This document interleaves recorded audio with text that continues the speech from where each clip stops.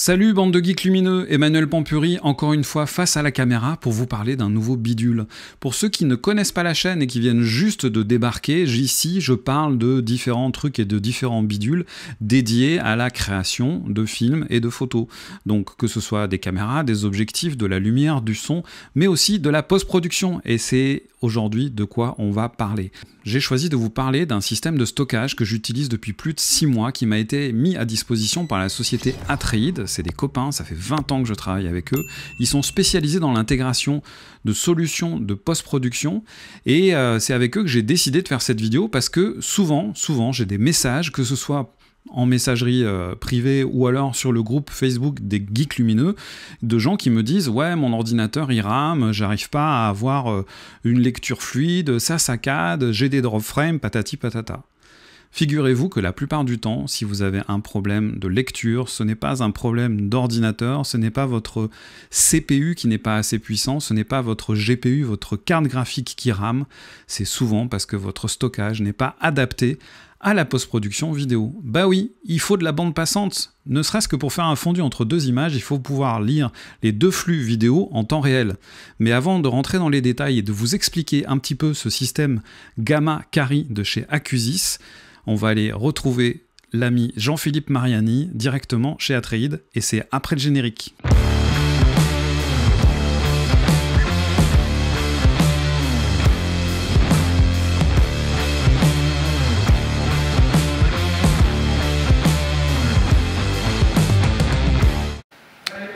Bon, alors là, on est chez Atreid et tout de suite, je vais accueillir Jean-Philippe, qui est le patron, le fondateur, ami et comparse de bien des aventures depuis plus de 20 ans. La boîte existe depuis 25 ans et on va tout de suite parler de ce dont on parle, du fameux Cari de chez Acusis. Jean-Philippe, on appelle ça une entrée de champ. C'est la première fois qu'on fait une vidéo dans ces nouveaux locaux. Et oui, c'est la première fois que tu prends le temps de venir avec l'équipement pour, surtout. Non pas que tu ne sois pas déjà passé, mais jamais avec ce qu'il fallait pour le faire. D'accord. C'est une première, mais pas la dernière. Donc il y a de grandes chances qu'on fasse d'autres vidéos. On peut l'annoncer déjà, d'ores et déjà. 2022, c'est la révolution. On va faire des vidéos en direct. C'est une grande première. D'accord. Et surtout, on a maintenant le local approprié, la place. Voilà, il y aura tout ce qu'il faut pour le faire dans de bonnes conditions, ce qui n'était pas le cas avant. Alors, on a préféré prendre le temps, patienter et le faire chez nous, déjà, au moins, et dans de bonnes conditions. Donc, stay tuned, comme on dit. Cool. Bon, alors on est là pour parler de ce fameux Gamma Cari de chez Acusis. Alors Acusis, c'est une société que les gens ne connaissent pas forcément, qu'on a l'habitude d'entendre parler d'autres marques dans ce secteur-là, dans tout ce qui est stockage, donc dédié plutôt soit au tournage, soit à la post-production, mais c'est vraiment dédié un peu à nos métiers.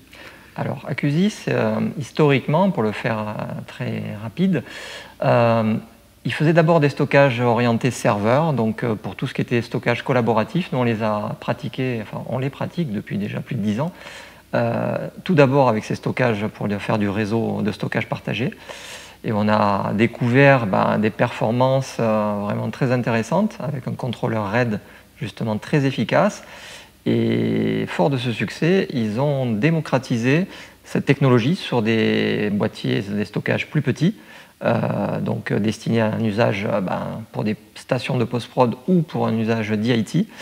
Et c'est surtout dans ce cas de figure que la gamme Cari, parce que je dis la gamme, parce que c'est le Gamma, mais la gamme Cari, c'est deux modèles. Il y a le Gamma Cari et il y a le Exasan Cari. Alors ce sont les deux mêmes boîtiers avec du Thunderbolt, sauf que l'Exasan Cari, il dispose également d'une connexion PCI Express, donc ce qui permet de l'installer sur des tours PC ou Mac qui n'auraient pas du Thunderbolt, et d'avoir des performances encore plus élevées puisqu'on va s'affranchir de la limitation de bande passante du Thunderbolt. Et là c'est là où c'est assez exceptionnel, c'est-à-dire que c'est des disques qui ont des performances absolument hallucinantes. On est sur 8 disques physiques Et là, tu viens de faire des essais justement sur ce modèle-là en PCI Express, ça donne quoi? Alors là, la grande nouveauté qui je dirais, améliore encore les performances du Gamma ou de l'EXA Sankari, ce sont les derniers disques Seagate de technologie Mac 2. Alors les disques Mac 2, c'est pour l'instant un modèle unique, une seule capacité, 14 Tera, interface SAS, et ça ne marche pas dans tous les boîtiers, donc ce n'est pas le genre de disque que vous allez acheter et mettre dans un boîtier X ou Y. Il faut que le contrôleur RAID ait été optimisé et adapté pour cette technologie-là. Évidemment, Acusis a été un des tout premiers à le faire. Ils ont été validés et certifiés par Seagate, donc ce qui fait qu'on peut intégrer les disques Mac 2 dans les Gamma Cari et EXA Sankari. Et ces disques-là vont nous donner des performances proches de ce que nous donneraient des SSD SATA, sauf qu'on est sur du disque mécanique et évidemment qu'on bénéficie d'une capacité bien supérieure au SSD et pour un coût qui reste aussi très, très compétitif. Donc là, on rentre dans une nouvelle dimension où on va avoir à la fois de la capacité, de la sécurité et la performance du SSD dans un boîtier transportable qu'on peut avoir sur le lieu de tournage et dont les DIT sont très friands. Qu'est-ce qui t'a fait choisir ce produit? Parce que, je le rappelle, Atreid, la particularité de cette maison, cette grande maison qui fête ses 25 ans cette année, c'est qu'il y a une vraie, une espèce de ligne de conduite sur le choix des produits que vous allez mettre en avant. Tu testes d'abord, tu choisis, tu fouines, tu explores le monde pour trouver à chaque fois la crème de la crème et proposer des produits qui sont éprouvés et qui ne sont pas uniquement là parce que tu as un fabricant qui t'a dit bah, tiens, tu vas vendre ce truc-là. L'avantage effectivement de cette marque-là, c'est qu'on l'a éprouvé à un niveau serveur collaboratif, donc c'est-à-dire à grande échelle, donc dans des structures ou dans un réseau de machines qui accèdent à un stockage de manière collaborative. Donc c'est-à-dire grosse charge de travail, donc ça met à rude épreuve le matériel et ça permet de voir vraiment si le matériel tient la route en termes de fiabilité et dans la durée également. Et c'est vrai que de ce point de vue-là, Acusis fait preuve d'une fiabilité qui est quand même très élevé, un niveau de fiabilité très très élevé. Et le fait qu'ils aient démocratisé leur technologie sur des boîtiers qui viennent concurrencer ce que vous connaissez de manière plus classique, comme les Promise Pegasus, comme les Lassi Big, comme les GTEC Shuttle, donc ces boîtiers on va dire beaucoup plus connus, la différence va se faire vraiment sur la performance. Alors c'est très simple, je vais vous donner un exemple très, très simple, mais je dirais qui a toute sa importance. Lorsque vous avez une défaillance dans une matrice de type RAID 5, donc dans un boîtier 8 disques par exemple, un Pegasus ou un Shuttle 8B chez GTEC, devenu SanDisk Pro maintenant, le fait de remplacer le disque et de demander une reconstruction, ça peut prendre 2 à 3 jours sur un disque de grosse capacité, c'est-à-dire supérieur à 60 Tera. Sur un Gamma Cari, le remplacement du disque et la reconstruction, c'est fait en quelques heures. Donc vous lancez ça le soir, vous laissez passer la nuit, le lendemain matin, votre disque est reconstruit, vous avez la sécurité du RAID 5 qui est de nouveau rétablie et vous pouvez de nouveau utiliser le disque sans stress. Donc rien que ça déjà, c'est un avantage aussi non négligeable. Le truc, moi, qui m'a séduit, quand tu m'as expliqué, parce que ça fait plus de 6 mois, je rappelle que je teste ce disque quasiment au quotidien, j'ai pas fait trop de tournage avec, j'utilise plutôt en post-prod. Les performances sont là, la fiabilité est là, et le truc qui fait vraiment la différence, surtout dans cette période de transition où Apple est en train de switcher sur l'architecture M1, c'est que justement c'est un vrai contrôleur hardware et qu'on n'est pas uniquement sur un espèce de bidouillage qui communique on ne sait pas trop comment entre la machine et le stockage. Moi j'ai pu en faire l'expérience puisque j'ai tout basculé sur du M1 depuis pas très longtemps. Et là où j'ai des performances qui sont complètement dégradées sur les marques que j'avais l'habitude d'utiliser, là il y a un vrai truc et on le voit du reste, c'est que quand on va aller regarder dans les informations du système, ça apparaît non pas comme un disque branché en Thunderbolt, mais comme un disque branché en fibre optique. Par rapport au contrôleur RAID, la grosse différence également qu'on va avoir avec Acusis par rapport à la concurrence, c'est que la performance ne va pas être aussi dégradée sur tout ce qui est machine M1, M1 Pro, M1 Max, qui ont un contrôleur Thunderbolt, on le sait, qui est moins bon que ce qu'on avait l'habitude d'avoir sur les machines Intel, peut pas être gagnant sur tous les plans. Donc là-dessus, on a perdu en performance, et c'est clairement significatif sur tout ce qui est LaCie, Promise et GTEC. À plateforme équivalente, Intel M1, on est moins performant sur ces stockages-là. Chez Acusis, on n'a pas noté de dégradation des performances outre mesure, voire elles se tiennent. Et là encore, c'est à mettre sur la qualité du contrôleur et du driver qui justement fait reconnaître le contrôleur aux dernières versions de macOS. On a un stockage quand même qui, même sur un Mac Mini M1, va pouvoir faire du 2 Go, du 2000 mégasecondes sur une tour de 8 disques, ce qui est vraiment exceptionnel. Je confirme, je viens de finir le montage d'un concert, 8 caméras 4K, en mélangeant du H264, du H265, 5 du ProRes et du Biro. Ah oui, joli, joli mix. Et sur le Mac Mini M1, les doigts dans le nez, quoi. Ça n'a pas branché. Nickel, voilà. Pas de lag. Et j'ai vraiment apprécié ce stockage. Alors donc, comme tu l'as dit tout à l'heure, c'est aussi un stockage qui est destiné au DIT. Il y a différents modules, c'est ça que tu vas pouvoir mettre à la place des disques pour lire des médias de différentes caméras. Alors, il y a une option effectivement sur le Gamma Carry. Si on veut pas forcément utiliser les 8B pour mettre des disques, on peut mettre un caddie pour insérer un SSD directement. Donc il y a cette possibilité-là. C'est une option. Bon, ça va réduire les capacités de son RAID et la performance, si on enlève des tiroirs disques. Mais on peut mettre 1 à 2 caddies supplémentaires avec insertion à chaud de SSD. Donc si on a des SSD SATA, qui viennent de différents enregistreurs, on peut les plugger directement pour faire un backup immédiat du SSD vers la matrice RAID. C'est une option. Bon, pas trop utilisée à ce jour pour l'instant, parce que justement les clients qui choisissent Acusis, c'est pour la performance, donc ils souhaitent vraiment avoir le max de performance. On met un lecteur externe. Ouais, on privilégiera un lecteur de SSD externe ou un disque SSD directement chaîné en Thunderbolt. Et l'autre fonction qui est intéressante et qui est vraiment orientée DIT et que moi j'ai beaucoup apprécié, c'est que dans le carton, la mousse qui tient le volume est prédécoupée pour aller dans un pellicase. Ça, c'est le gros bonus, effectivement. Acusis a fait une mousse thermo-découpée, pile poil pour un modèle de pellicase qui est très populaire, la 1510.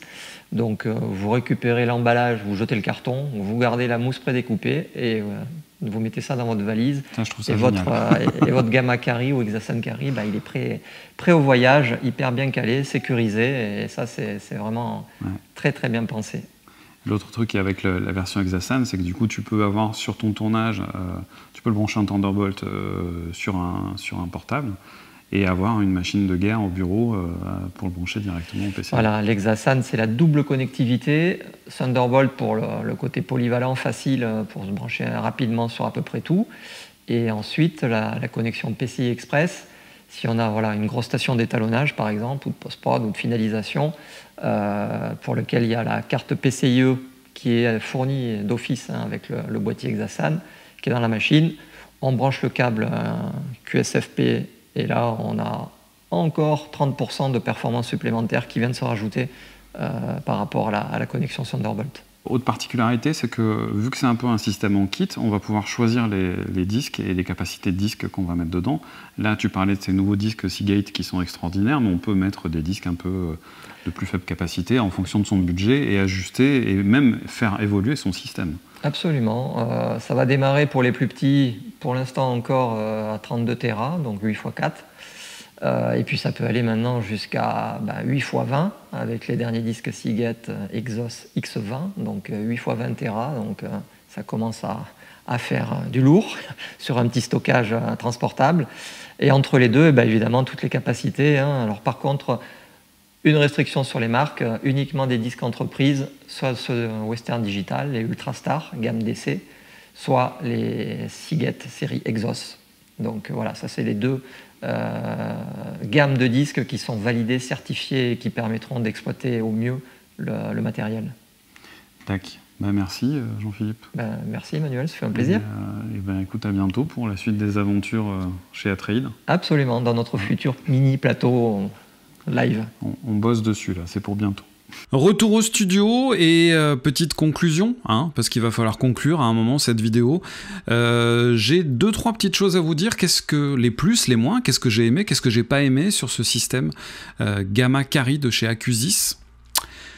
Alors, dans les moins, il n'y a pas grand-chose. Jusqu'à il y a quelques jours, il y avait un truc qui m'agaçait, c'est qu'il fallait rentrer un petit peu, mettre les mains dans le cambouis sur macOS pour détourner tous les systèmes de protection liés à macOS. L'installation du driver n'était pas super facile. Voilà. Mais depuis quelques jours, alléluia, il y a un driver plug and play qui fait que maintenant, il n'y a plus du tout à se soucier de tout ça. Donc ça, c'est chapeau. Dans les trucs qui m'éclatent totalement, que je trouve absolument génial, il y a un petit bouton qui permet de désactiver le fonctionnement des LED du disque dur, ce qui permet, comme moi, quand vous avez besoin de travailler un petit peu dans l'obscurité pour faire de l'étalonnage, par exemple, de ne pas être perturbé par ces petites LED qui vont clignoter. L'autre truc que je trouve vraiment cool par rapport à la concurrence, c'est tout simplement qu'il y a des ventilateurs qui savent être très discrets. Alors certes, vous allez entendre les disques durs, les mécaniques, les plateaux qui grattent un petit peu, voilà, mais franchement, par rapport à la concurrence, c'est vraiment très silencieux. Je pense qu'il y a certains constructeurs qui ont complètement oublié le fait qu'on travaillait à côté de ces machines et qu'on n'avait pas tous les moyens de les mettre dans une salle blanche à distance ou dans une armoire insonorisée. Le rapport prix-performance est vraiment exceptionnel. Moi, j'ai 8 disques de 10 Tera, donc ça fait à peu près 80 Tera, un petit peu moins une fois que c'est formaté en RAID 5. Je vous rappelle que le RAID 5 vous garantit l'intégrité de vos données. Même si vous avez des mécaniques, des disques durs qui flanchent, vous pouvez en perdre jusqu'à 2, vous allez pouvoir reconstituer vos données et ainsi continuer à travailler. J'ai pas grand chose donc du coup à reprocher à ce système. Merci d'avoir suivi cette vidéo. Si vous avez envie de me récompenser, si vous avez envie de me donner un petit coup de pouce, eh bien voilà, un petit like, un petit partage, un petit commentaire. Si vous voulez me filer un coup de main, vous pouvez aussi acheter vos prochains bidules via les liens affiliés qui sont en bas dans la description de cette vidéo. Et si vous voulez en savoir plus sur ma pomme, je vous invite à aller voir une vidéo qu'a fait l'ami Ben sur sa chaîne Little Walk of Frame. C'est un gars génial qui fait des vidéos 100% au smartphone, tournage et post-production, et il a fait une interview il n'y a pas très longtemps, et voilà, j'ai jamais fait de FAQ, donc c'est une bonne solution pour en savoir un petit peu plus sur mon parcours, ma vie, mon œuvre, tout ça. Merci encore une fois d'avoir suivi cette vidéo. Je vous dis à très bientôt pour d'autres aventures, d'autres geekeries lumineuses. Et d'ici là, prenez soin de vous et faites de belles images. Ciao.